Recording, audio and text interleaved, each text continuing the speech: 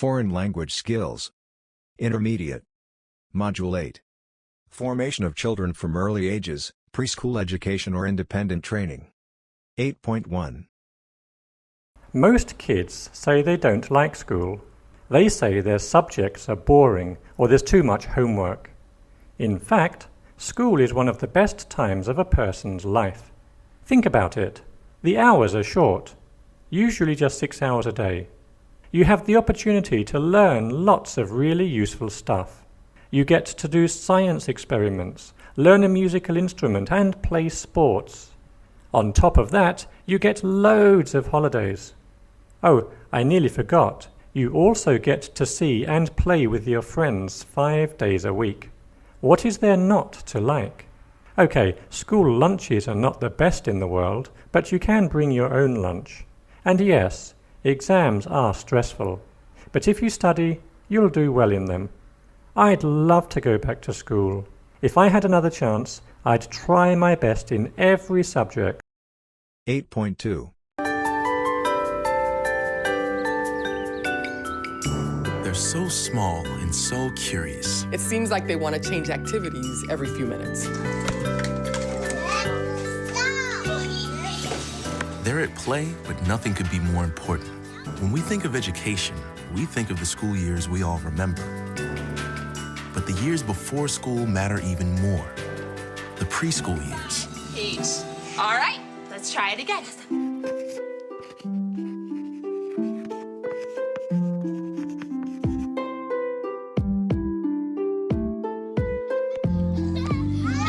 The first 5 years of life are full of discovery.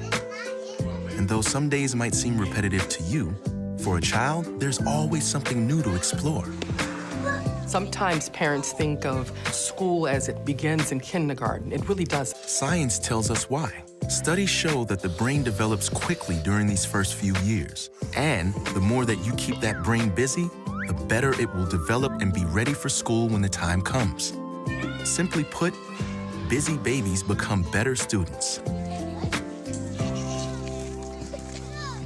The first few years of life are very important in terms of brain development, in terms of structural development of the actual brain itself, as well as functional. So what kind of environment the child is exposed to during those early years will impact that child's intelligence as well as the child's personality later in life. Awesome. Let's see. Whether it's drawing, building, or even talking, it's all play to them. These activities are actually stimulating brain development, and it's these activities that give parents the chance to make sure their child is developmentally on track.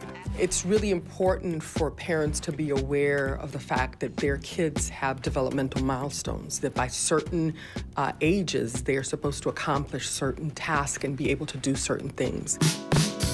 By age 3, your child will likely learn how to feed themselves, walk upstairs with alternating feet, and by this age, they should be toilet trained during the daytime. 4, they will listen to stories attentively, brush their teeth, and play well with other children.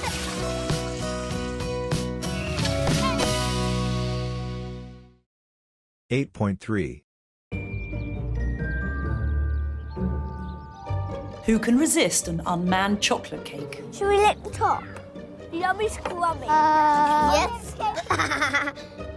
That's and one more. But how best to cover your tracks? Someone mysterious sneaked in when Someone we mysterious weren't... sneaked in? Yeah. Lying is a really important developmental skill. It tells us that the children can work out what's in someone else's mind in order to try and deceive them. A thief came in and took that. They flew down, ate it, and then flew back. So an elephant and a giant bird came and smudged the cake? Yeah. To test the children's lying skills at different ages, we left them alone with a rigged gumball machine and told them not to touch it. First, we see how the 4-year-olds handle the situation. I want a sweet now. You want to turn it? You want to turn it? You want to turn it? Whoa! And it's Oh gone. no, they made Zoe turn it.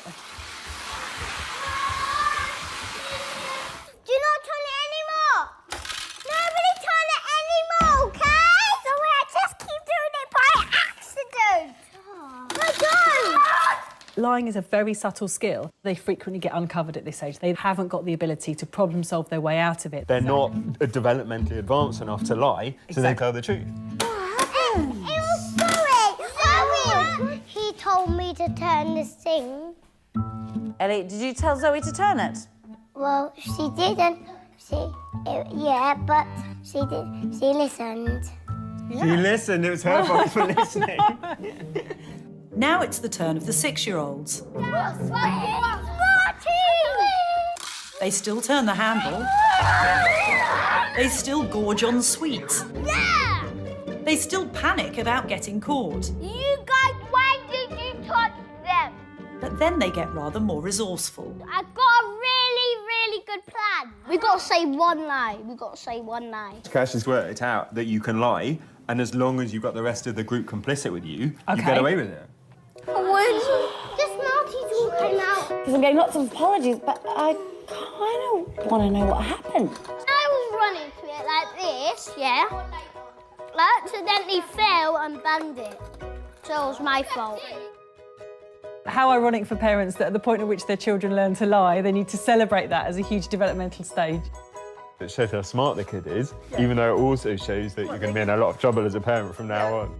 8.4. Hi, Mr. Adams. Ah, yes. You must be Kelly. Thanks for coming. Here's my card. Oh, the entrepreneurial spirit. It's hard to find a good babysitter on a Friday night. Well, I like watching kids, and I need the extra money. Well, I heard you were one of the best and most affordable babysitters in this area, and... Well, I'd like to talk to you about my new rate increases. Rate increases? You see, Mr. Adams, I've consulted with my financial advisor. What? My mother. And she says I should charge more per child since I do cook and clean your house while you're away. Oh, I see. So, what do you have in mind? Well, as I see it, I'd like to ask $1 more per child per hour, and overtime after midnight. Based on my calculations, that's only 10.23% above the going market, and I'm now a certified babysitter with training in CPR. Oh, I never knew there were courses and certifications in babysitting. Times are changing, Mr. Adams. I have to figure in expenses for a benefit package to cover college tuition, retirement, and my stock portfolio. Well, I tell my dad what to do. Oh, now, you're pulling my leg. I mean, how old are you anyway? Old enough to be a tough negotiator. 8.5. I want to be a doctor when I grow up, so I can help people get better. And a mommy. And a ballerina.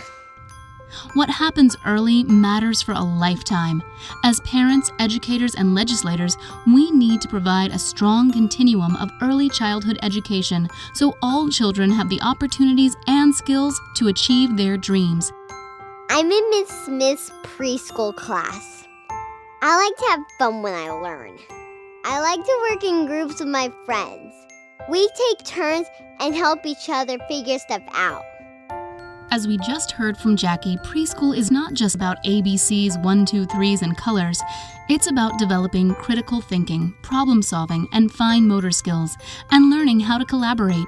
It's not just play, it's purposeful play. Sadly, only 30% of 4-year-olds are enrolled in a high-quality program that prepares them for kindergarten. This is where the achievement gap begins. My friend Michael doesn't go to preschool. I think that's no fair. The best way to narrow the achievement gap is to prevent it from forming. High-quality early childhood programs that have the potential to level the playing field for low-income children and prepare them for success throughout their school years are essential, yet they lack funding and reach few. The achievement gap starts out as an opportunity gap.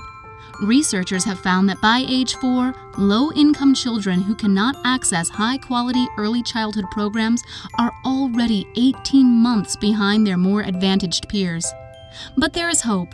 Researchers have found that as much as 50% of the achievement gap can be closed by effective early learning. Next year, I'm going to have Mr. Jones as my kindergarten teacher. I'll be in school all day, just like my big brother Sam. I think my fish Bubbles might miss me, but I can't wait to learn how to read. It's not just about preschool preparing Jackie for kindergarten. It's about ensuring she has an effective pathway for learning so she's great by 8. Without a strong continuum of early childhood learning from age 3 to grade 3, the gains children make from high-quality preschool start to go away and eventually fade out. My brother Sam is 8 3/4. He is really cool and smart. I love it when he reads me books because he is such a good reader. When he plays math games on the computer, he can get to the millionth level. Sam is so successful because he has reaped the benefits of a strong continuum of early childhood learning. Providing early childhood education opportunities is good for the individual, the community, and the economy. Did you know that we save $7 for every dollar invested in early childhood education? Anyone can see this is a no-brainer. Every child deserves the same opportunities as Jackie and Sam. A strong start equips students with the skills they need to pursue their dreams. On second thought, I think I want to be an astronaut. 8.6. Well, 9 years old, I think it's the greatest year to be alive. So, Sarah, can you tell me what you want to be when you grow up? I want to be an author because it's a chance I get to use my imagination. I want to be a marine biologist when I grow up. My 2 favourite animals is a turtle and a jellyfish. I'd like to be a helicopter doctor because I've always wanted to be a doctor and I really love helicopters. So can you name some authors for me? David Williams Roldell and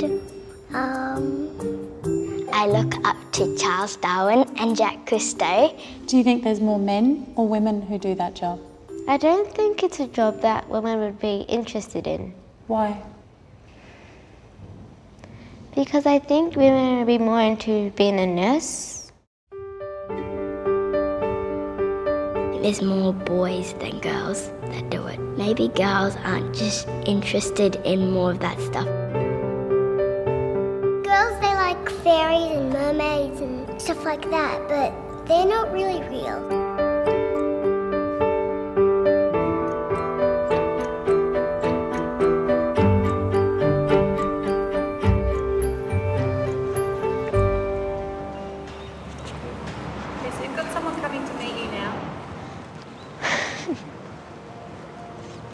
I'm Claire. Hi, Claire. I'm one of the helicopter doctors. Nice to meet you. Nice to meet you too. How are you going?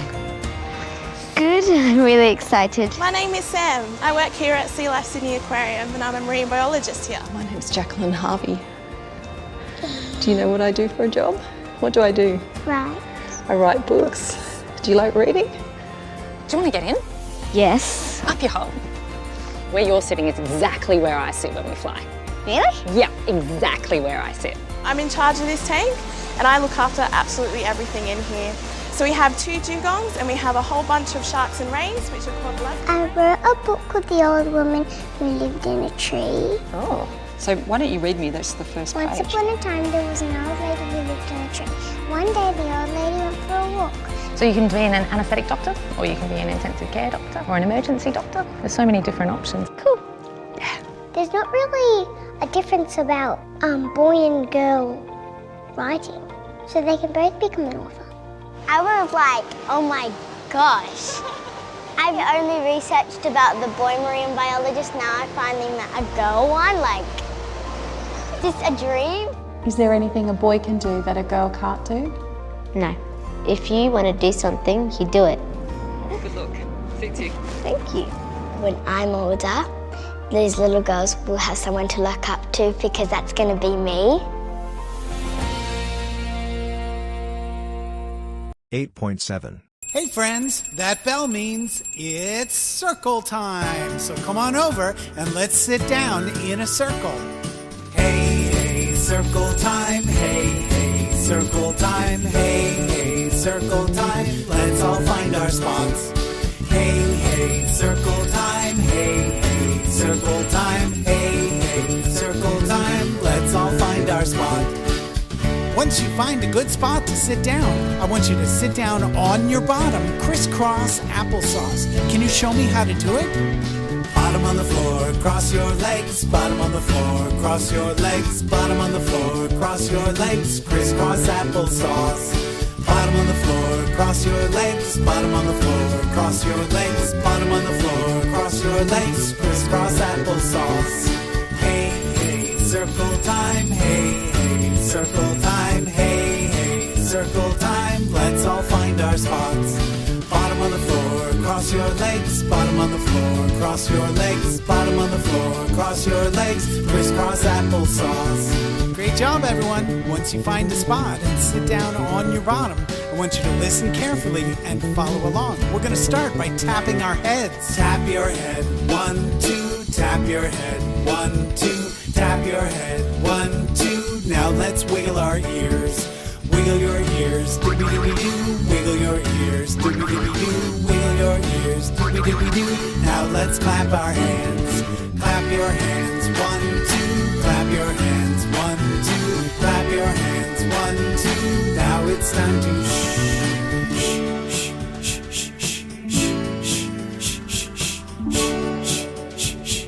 Listen to your teacher.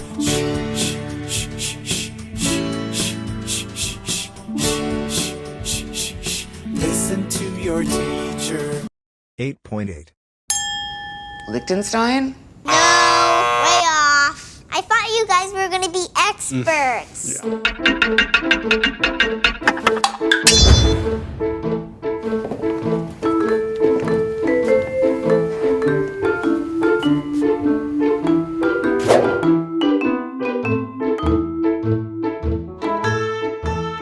Hello, my name is JJ. I'm 5 years old. I like to make things. Are you ready to name that art? Yes.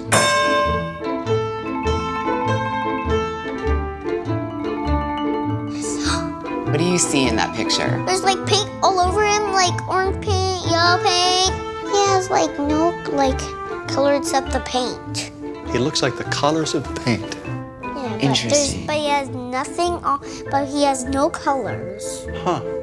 It really is. I see it. Like, I want to guess some stuff that's like super not age appropriate. Right. Do you know what I'm saying? Like, I'm I going. do know. The paint's like dripping down.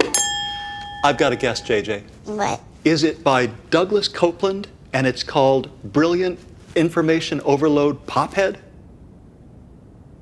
Yes. Wow. What do you see this time? There's a yellow background and there's like marbles all over. Like. When you say marbles, could it be dots? Yeah, I think. JJ, what happens when you zoom in on the painting? It gets like even closer and closer. It's getting cooler. I found something. There's faces in the tears. Faces in the tears? Is the artist Chris O'Feely? No woman, no cry. Yes. Oh, finally, am Nice I right? job, Shayna. Yeah, Thank you, nice John. job.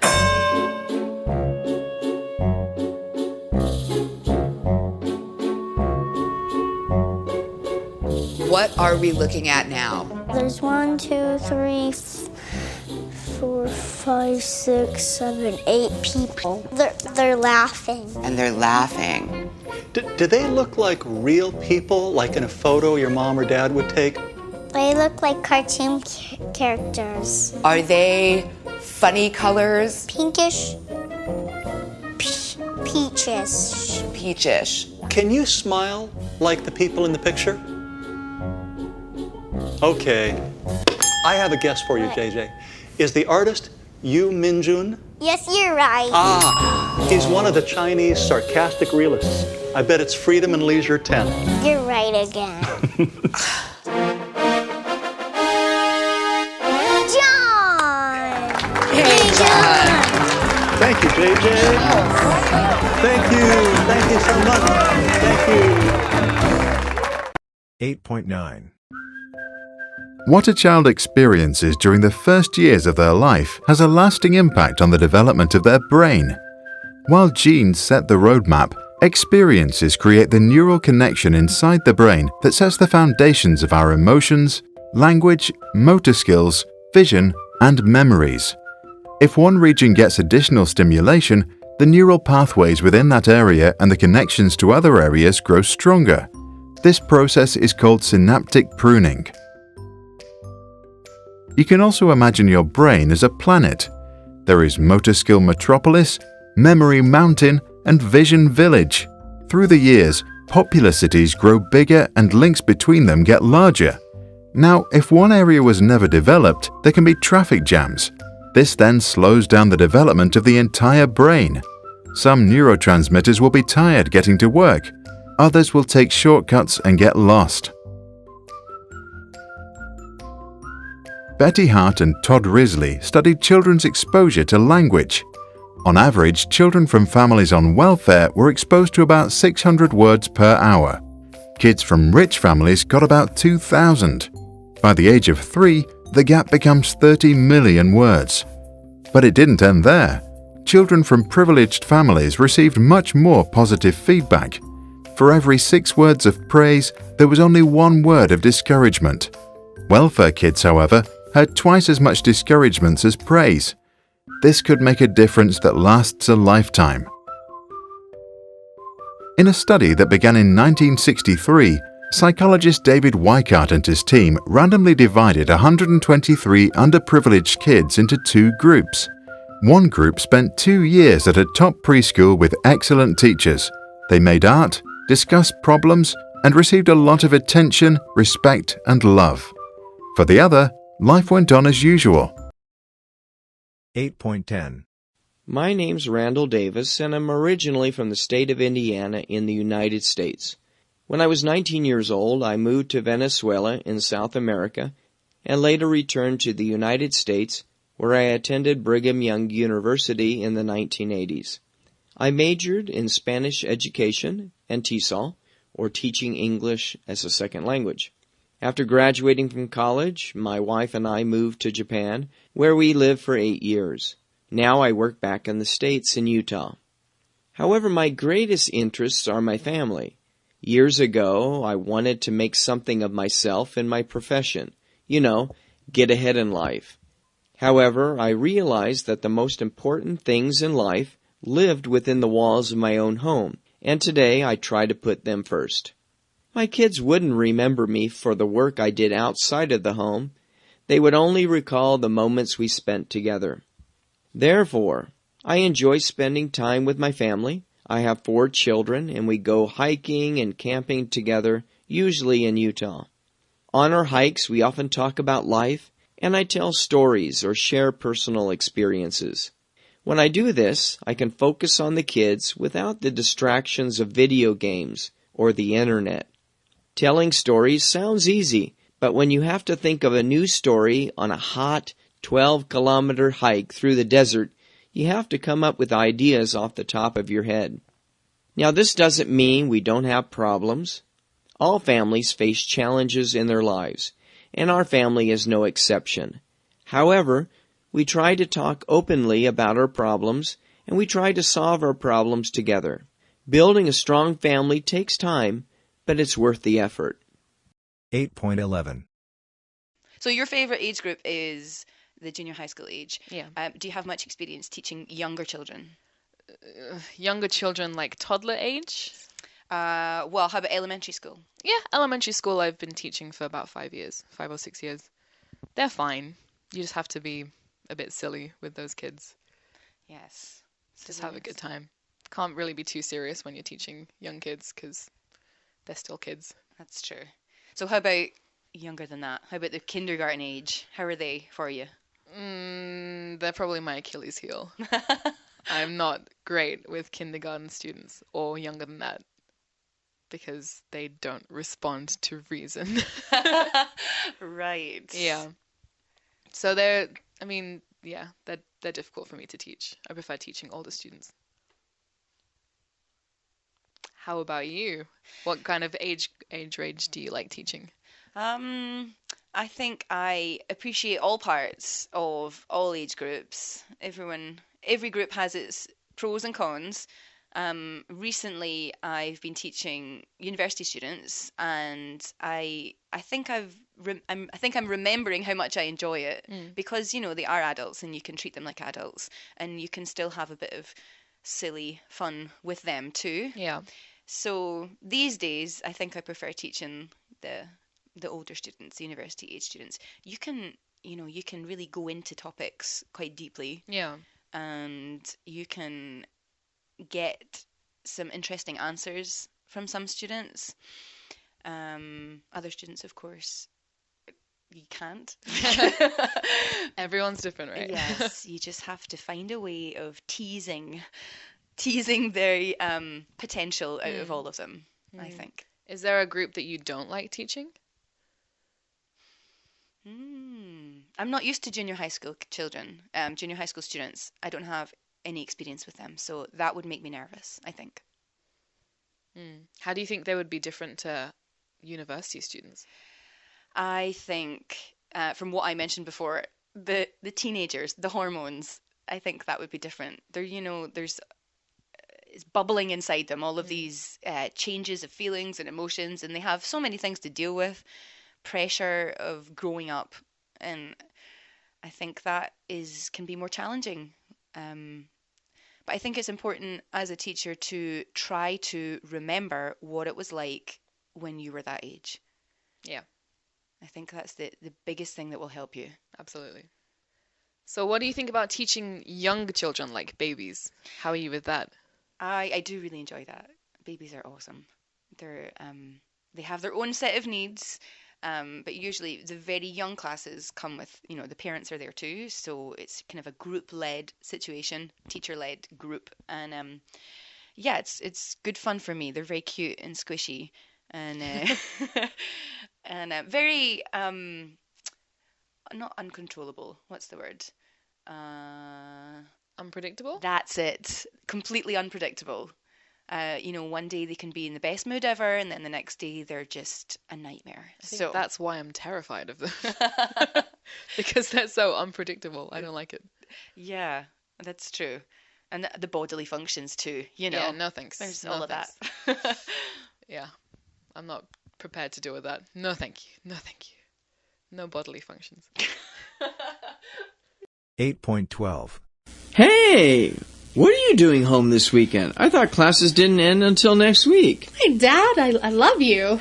Aha! The 3 magic words, I need help. I've heard those before. We better sit down. This doesn't sound good. First of all, hey, is that painting on the wall new? No. Let's get back to the conversation now. Oh, okay. First of all, I'm failing all of my classes. Oh. I lost my job. I wrecked my car, your car, last week. It's at the bottom of a lake, I think. Oh. And the laptop I borrowed from you, yeah. Well, it was in the back seat of the car. Oh. That's all the good news. Wait. You're not saying anything. Okay, now, what's the bad news? Well, I just found out that my old boyfriend was a member of a gang. He says that he and 20 of his friends are going to come over here to talk about what you've posted on their Facebook page. I don't even have a Facebook page. Well, you do now. Oh. I have to go. I'd rather not be here about 20 minutes.